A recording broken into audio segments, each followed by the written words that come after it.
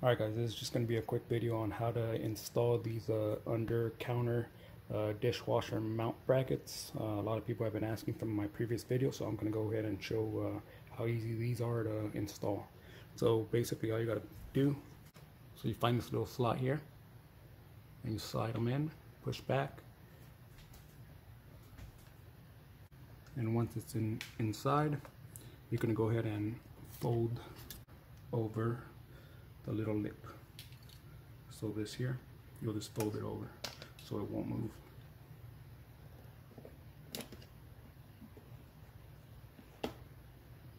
So you fold it down, and there you go. That holds it in place. So once that is done, you do it to the other side. Same process for removing. Let's just straighten out this that little clip back there, and then when you bring this out, it won't come straight back out.